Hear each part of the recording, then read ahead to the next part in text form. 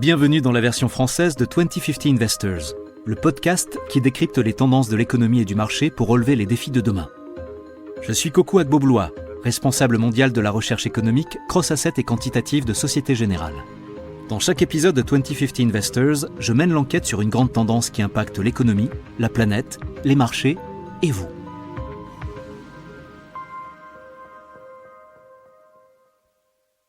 Bonjour Siri. Bonjour Coco.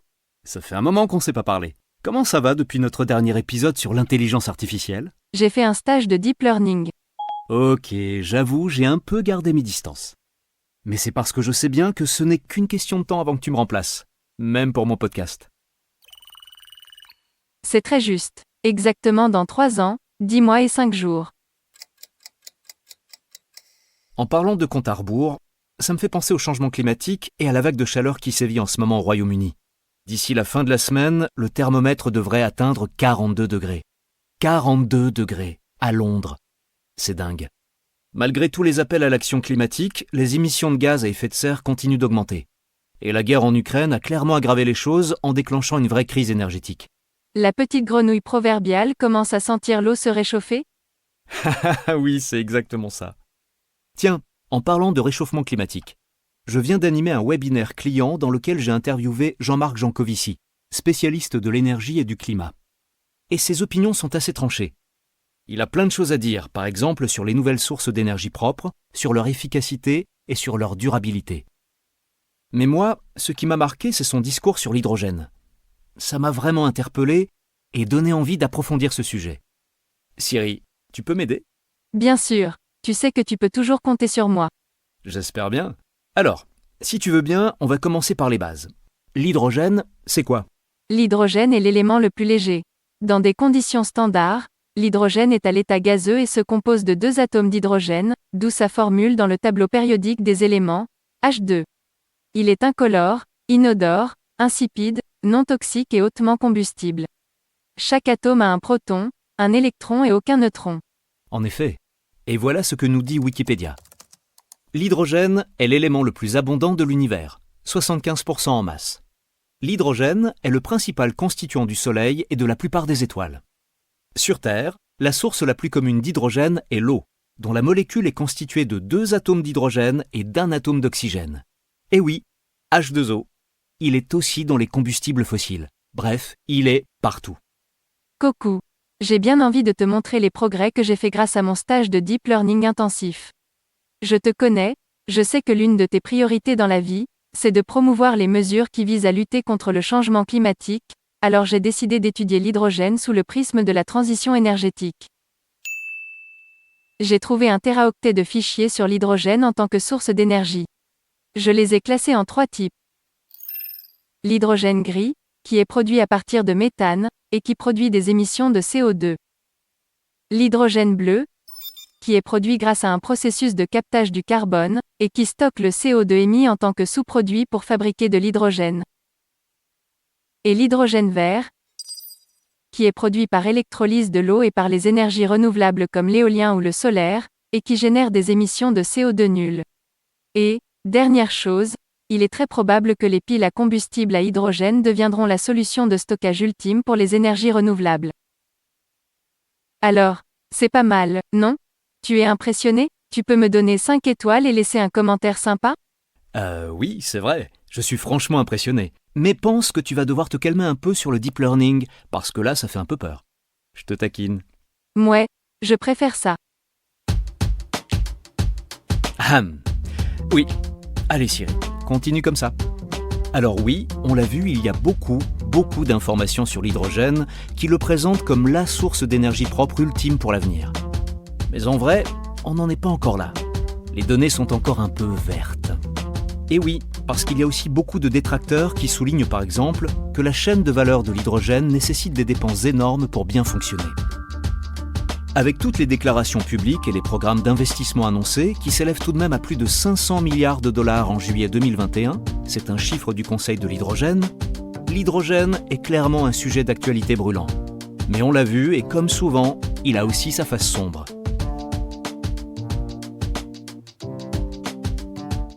Pour comprendre tout ça, que diriez-vous si dans cet épisode, on examinait de plus près les avantages et les inconvénients de l'hydrogène. Si on essayait de faire son bilan, coût d'un côté, bénéfice de l'autre. Tu veux dire, comme si on organisait un grand débat universitaire? En fait, non. J'ai une meilleure idée. Et si on faisait son procès? Un procès où vous, fidèles auditeurs, serez le jury. Breaking news. Les secteurs de l'énergie solaire et éolienne poursuivent l'hydrogène en justice pour diffamation.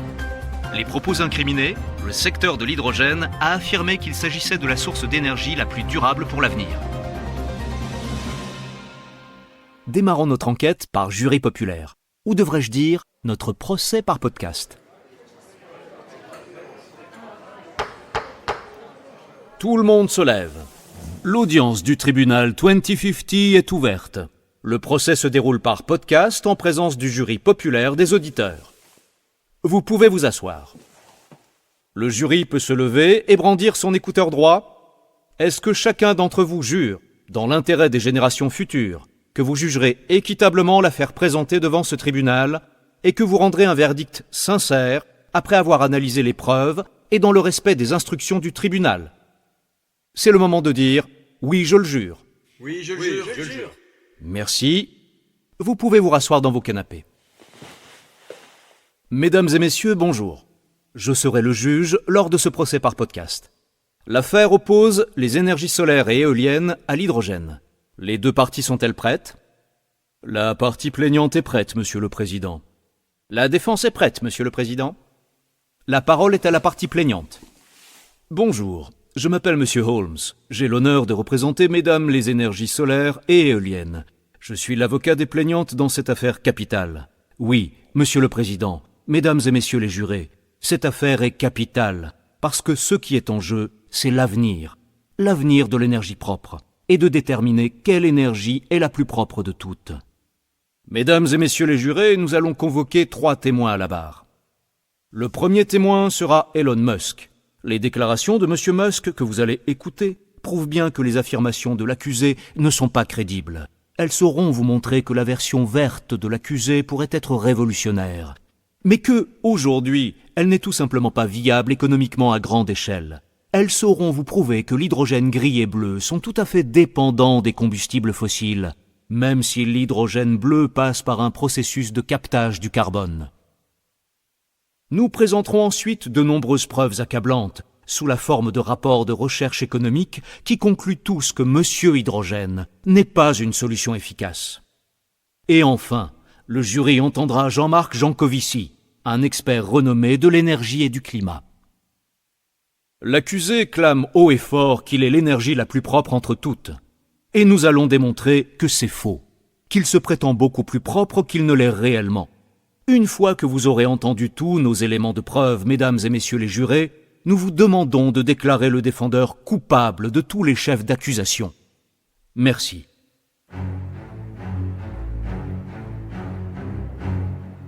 Merci, Monsieur Holmes.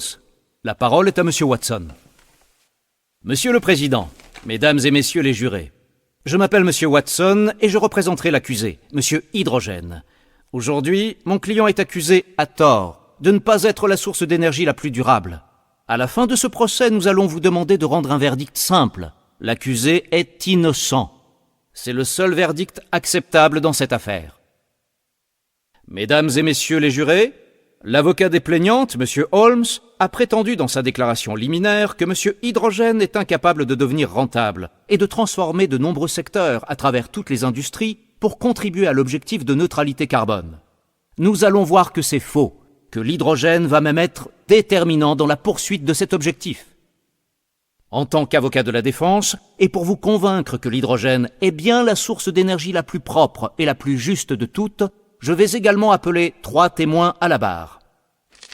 Mon premier témoin sera le rapport de l'Agence internationale de l'énergie, intitulé « L'avenir de l'hydrogène », qui a été commandé par le gouvernement japonais lors de sa présidence du G20 en 2019. Il met en évidence que oui, avec des investissements massifs, on pourra bien réduire les coûts liés à l'hydrogène, car ces investissements vont permettre de réaliser des économies d'échelle conséquentes. Et c'est comme ça que mon client pourra sauver la planète. Nous vous présenterons ensuite des preuves, issues de nombreux rapports et d'articles de sources variées, qui montrent bien que oui, mon client est le plus propre. Enfin, mon troisième et dernier témoin sera M. Alan Baker, responsable monde de l'énergie chez Société Générale. Il démontrera que les investissements des gouvernements du monde entier comptent déjà sur l'hydrogène et qu'à l'avenir, une série d'innovations permettront de réduire encore ses coûts et d'améliorer son efficacité. À l'issue de ce procès, la défense vous demande de rendre un verdict en votre âme et conscience. Un verdict simple, encore une fois. Notre client est innocent. La charge de la preuve incombe à la partie plaignante, et il est impossible qu'elle s'en acquitte. Un verdict de culpabilité serait une vraie mascarade. Merci à vous deux pour ces déclarations liminaires. La parole est à la partie plaignante.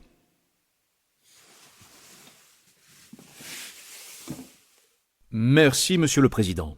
J'aimerais présenter au tribunal 5 pièces à conviction. Première pièce à conviction.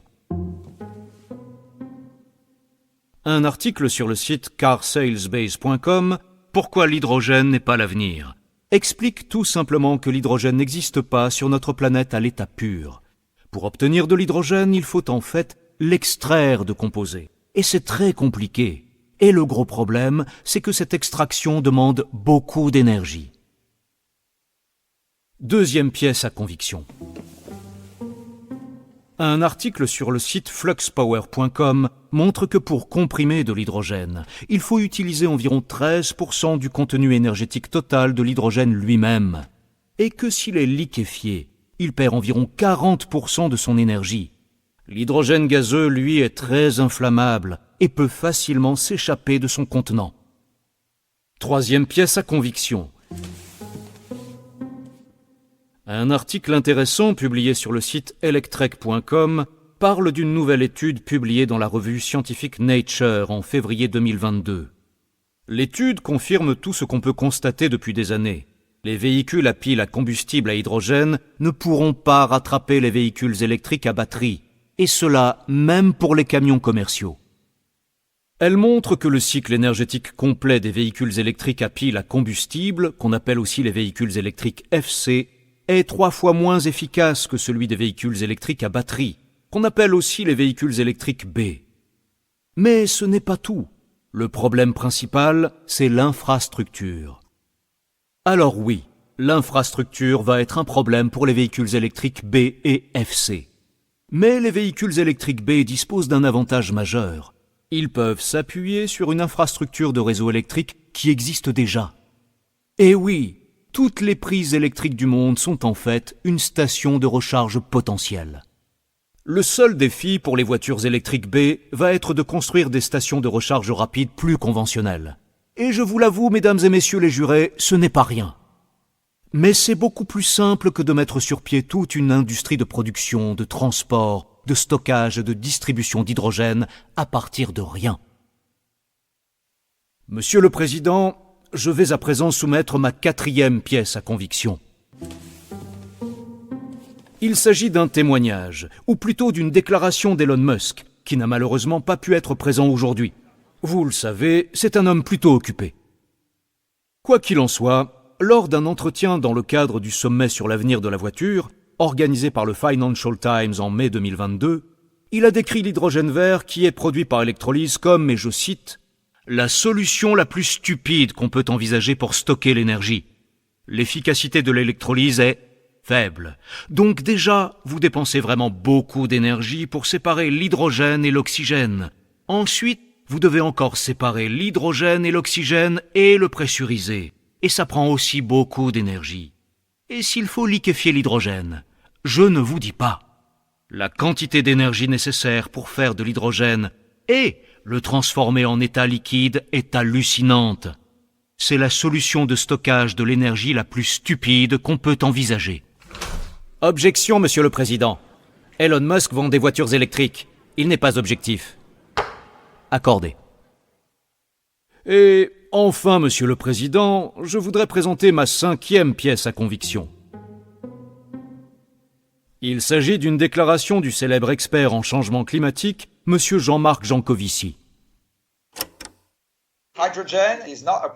L'hydrogène n'est pas une énergie primaire. On n'en trouve pas dans la nature.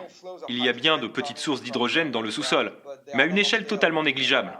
Vraiment, je veux parler de niveaux peut-être 1 million de fois inférieurs à la consommation d'énergie actuelle. C'est de cet ordre-là. Donc, oui, l'hydrogène est un atome très courant, mais dans la nature, il est lié à d'autres atomes. Et il faut en fait séparer l'hydrogène de l'atome auquel il est lié. Donc, par exemple, isoler l'oxygène de l'eau ou le carbone des hydrocarbures pour obtenir de l'hydrogène. Et en fait, l'énergie que vous allez utiliser dans ce processus d'isolation, elle est bien supérieure à l'énergie que vous allez récupérer. Par exemple, après des procédés de combustion de l'hydrogène ou en l'utilisant dans une pile à combustible. Alors, si vous voulez utiliser l'hydrogène pour stocker les énergies renouvelables, la chaîne complète, donc l'électricité, l'hydrolyse, l'hydrogène, la compression, parce qu'il faut bien stocker l'hydrogène pour arriver à une pile à combustible, puis revenir à l'électricité. Le rendement global de ce processus est de 25%. Donc c'est un processus de stockage qui gaspille les 3/4 de l'électricité initiale. Si on fait les calculs, on voit bien que ce n'est pas ça qui changera la donne. Sur ces paroles, Monsieur le Président, Mesdames et Messieurs les jurés, mon plaidoyer est terminé. Merci, Monsieur Holmes. La parole est à la défense. Merci, Monsieur le Président. Je tiens à répondre à ces accusations odieuses contre mon client Monsieur Hydrogène, formulées par Mesdames les énergies solaires et éoliennes. Je vais à mon tour soumettre des preuves qui sauront, j'en suis sûr, vous convaincre, Mesdames et Messieurs les jurés. Première pièce à conviction. Un article du site plugpower.com intitulé « Vers un avenir énergétique propre grâce à l'hydrogène » soutient que l'hydrogène est la solution énergétique idéale dans les zones difficiles à décarboner. Les avantages de l'hydrogène sont nombreux. L'hydrogène permet d'éliminer les émissions pour améliorer la qualité de l'air de toute une région, tout en réduisant les émissions de gaz à effet de serre. L'hydrogène réduit également les émissions de CO2, de particules et de NOx de manière plus efficace que les moteurs à combustion interne. Deuxième pièce à conviction.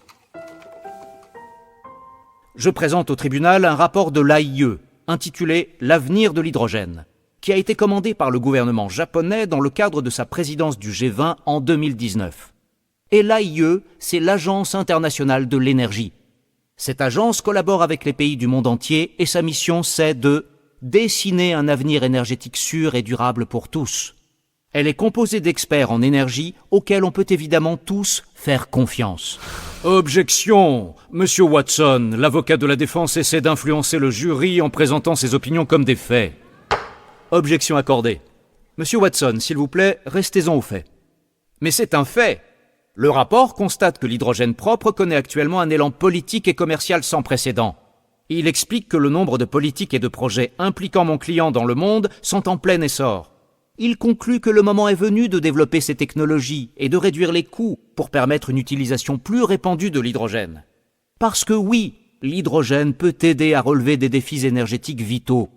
Il peut aider à décarboner toute une palette de secteurs. Je pense au transport longue distance, aux produits chimiques, mais aussi au fer et à l'acier, des secteurs qui ont du mal à réduire les émissions de manière significative. Mon client peut aussi contribuer à améliorer la qualité de l'air et à renforcer la sécurité énergétique. Dans le rapport, l'AIE détaille 7 recommandations clés pour promouvoir l'utilisation de l'hydrogène. Ces 7 recommandations sont toutes pertinentes, mais j'en ai sélectionné 2 pour illustrer mon propos. Recommandation 2. Stimuler la demande commerciale d'hydrogène propre. Ça veut dire qu'aujourd'hui, les technologies d'hydrogène propre existent, mais qu'elles coûtent trop cher.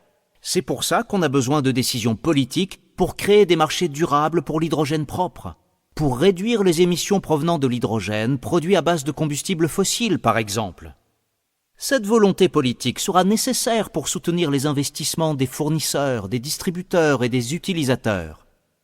Et en intensifiant les chaînes d'approvisionnement, ces investissements pourront entraîner des réductions de coûts, que ce soit pour produire de l'électricité à faible émission de carbone ou des combustibles fossiles avec captage, utilisation et stockage du carbone.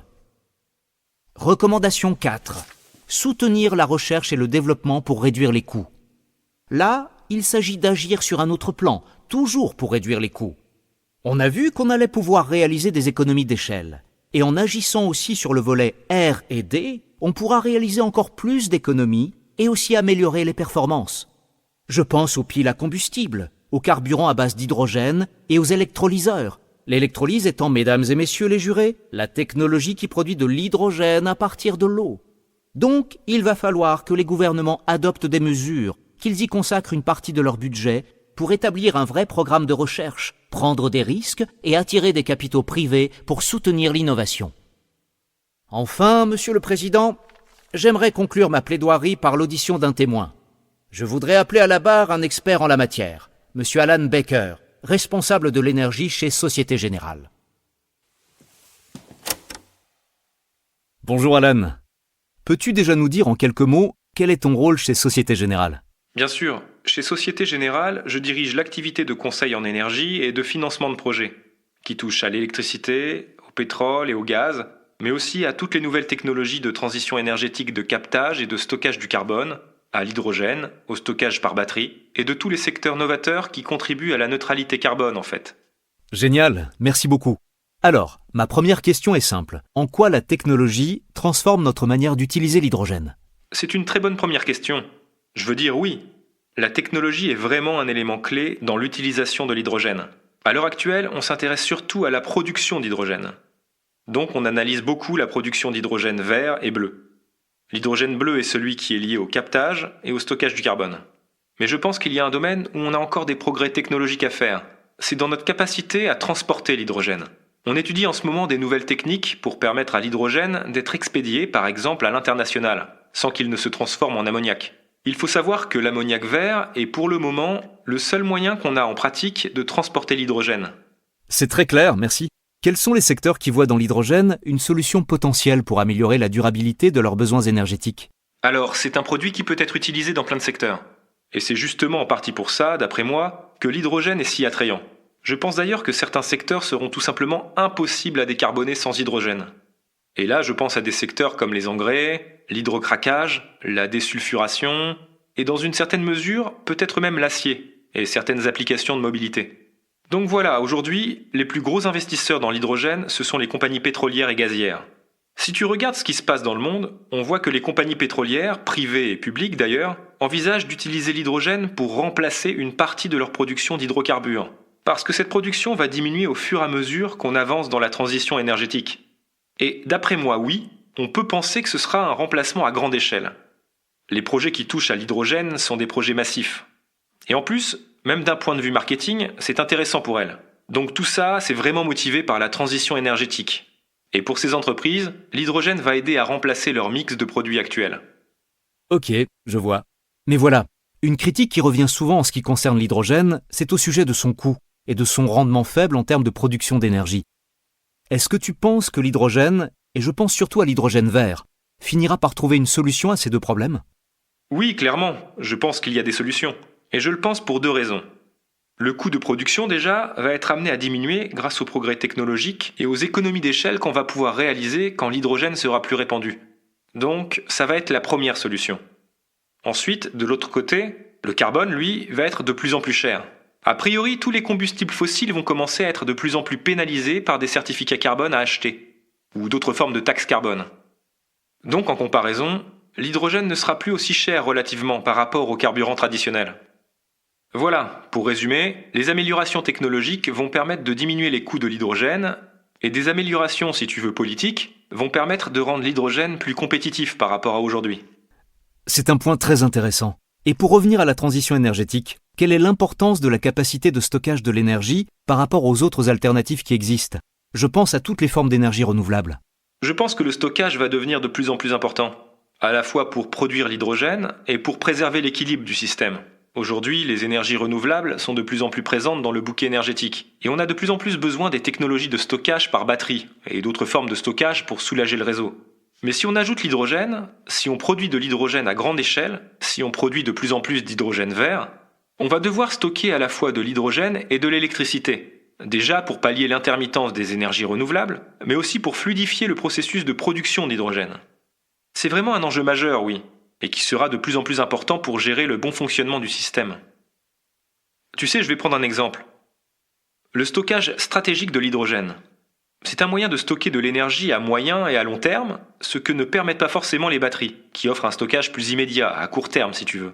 Alors je pense que si on combine les deux méthodes, ce sera un atout pour le nouveau système énergétique, ou pour les nouveaux réseaux d'énergie, une fois qu'on aura atteint la neutralité carbone. Alors justement, si on parle calendrier, les objectifs de l'accord de Paris sont de réduire les émissions de gaz à effet de serre de 50% d'ici 2030. Est-ce que tu penses qu'on va pouvoir investir assez dans ce laps de temps pour rendre l'hydrogène vert, ou plutôt la technologie de l'hydrogène vert, rentable et économe en énergie tout au long de la chaîne d'approvisionnement? Tu sais, ce que je peux dire, c'est ce que je constate tous les jours. Il n'y a pas de pénurie de capitaux. En tout cas, en ce qui concerne la transition énergétique, et l'hydrogène en particulier. En fait, je pense qu'il y a beaucoup de battage médiatique autour de l'hydrogène. Mais les institutions financières, elles, soutiennent activement son développement. Pour moi, l'un des grands défis du secteur va être de se développer pour créer un marché vraiment durable de l'hydrogène. Il faut donc poursuivre le développement de ce marché pour atteindre un volume d'expédition plus important. Et il faut des politiques qui permettent de lancer le processus de production. Donc, encore une fois, il faut une partie politique, une partie d'incitation. Personnellement, je pense que passer à l'hydrogène est une nécessité en fait, pour vraiment stimuler le marché. Et oui, je suis convaincu qu'il y a suffisamment de capitaux disponibles pour soutenir la croissance et le déploiement du secteur, et pour que ça se fasse très rapidement. Et est-ce que tu penses que les énergies solaires et éoliennes sont forcément des concurrentes, des ennemis, pour caricaturer un peu, de l'hydrogène, ou que ces trois technologies peuvent fonctionner ensemble? Ah, ça c'est une question compliquée. Alors, je pense que dans certains secteurs, elles sont concurrentes. C'est évident dans le secteur de la mobilité par exemple. Les énergies renouvelables, l'électricité et les véhicules électriques sont en plein boom. Donc, l'hydrogène a pas mal, beaucoup de retard à rattraper. Mais il y a aussi des secteurs où on ne peut tout simplement pas décarboner avec l'électricité. Là, l'hydrogène est le seul choix. Et il y a aussi d'autres technologies qui sont en cours de développement, qui ont, d'après moi, leur propre positionnement sur le marché, mais pour lesquelles il y a clairement un chevauchement, où on ne sait pas encore si elles vont opter plus pour l'hydrogène ou l'électricité. Alors voilà. Je pense aussi que, bien sûr, dans l'hydrogène vert, il y a cette opportunité. Je pense qu'on peut produire de l'hydrogène en utilisant des énergies renouvelables excédentaires une fois qu'elles auront pénétré le marché de manière un peu plus significative. En fait, ce à quoi on s'attend, c'est qu'il y ait des périodes où la demande d'électricité issue des énergies renouvelables sera faible. Alors, on pourra les utiliser pour créer de l'hydrogène pour le stockage, qui pourra être utilisé plus tard. Donc oui, je pense que c'est une question compliquée. Parce que c'est vrai qu'à certains égards, ces énergies sont en concurrence. Mais elles peuvent aussi être très complémentaires pour atteindre les objectifs net zéro. Et la grande question pour conclure. À ton avis, l'hydrogène vert sera-t-il, une fois qu'on aura résolu les problèmes de coût et de rendement, l'énergie renouvelable ultime? Oui, encore une grande question. Alors déjà, on essaye un peu de s'éloigner de ces concepts d'hydrogène vert, bleu, turquoise ou de toutes les couleurs de l'arc-en-ciel. On préfère vraiment parler d'hydrogène à faible teneur en carbone. Et oui, toutes les normes sur l'hydrogène qui sont mises en place en ce moment au Royaume-Uni et en Europe, vont probablement aider. Mais bien sûr, il est de toute façon bénéfique de diminuer au maximum l'empreinte carbone de l'hydrogène. Quand on parle d'hydrogène vert, oui, le but, c'est d'obtenir un hydrogène entièrement vert. Mais voilà, on est obligé de passer aussi par l'hydrogène bleu, l'hydrogène avec captage du carbone pour y arriver. C'est une bête question de coût en fait. Pour la plupart des pays aujourd'hui, c'est un processus de production moins cher tout simplement. Tout ça pour dire que si on veut une solution abordable pour développer le marché de l'hydrogène bleu est indispensable, au moins dans un premier temps. Merci Alan pour ce témoignage. C'était un plaisir d'avoir le point de vue d'un expert de l'hydrogène. Merci à toi, Coco. C'était passionnant. Mesdames et messieurs les jurés, je vais à présent préciser quelques règles à observer avant de procéder au verdict dans l'affaire qui nous occupe aujourd'hui. Votre tâche est de parvenir à une conviction intime et objective, après avoir tenu compte de toutes les preuves avancées et au-delà de tout doute raisonnable. Attention, la conviction au-delà de tout doute raisonnable ne signifie pas au-delà de tout doute possible.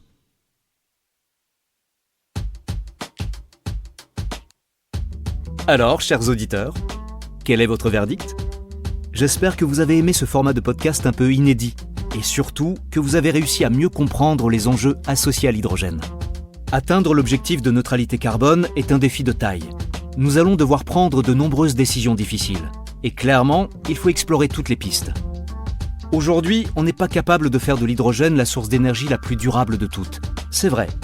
Mais comme dirait le docteur Carl Sagan, l'absence de preuve n'est pas une preuve d'absence.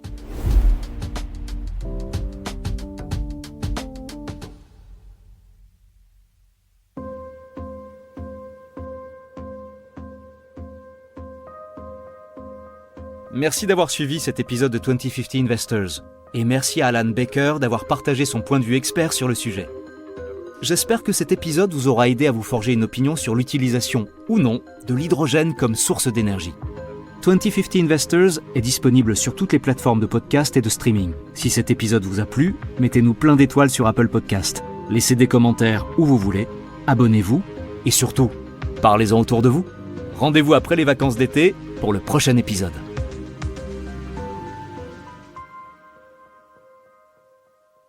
La version originale de ce podcast est en anglais. Cet épisode a été enregistré par des comédiens. Ce podcast traite des marchés financiers mais ne recommande aucune décision d'investissement particulière. Si vous n'êtes pas sûr du bien fondé d'une décision d'investissement, veuillez consulter un professionnel.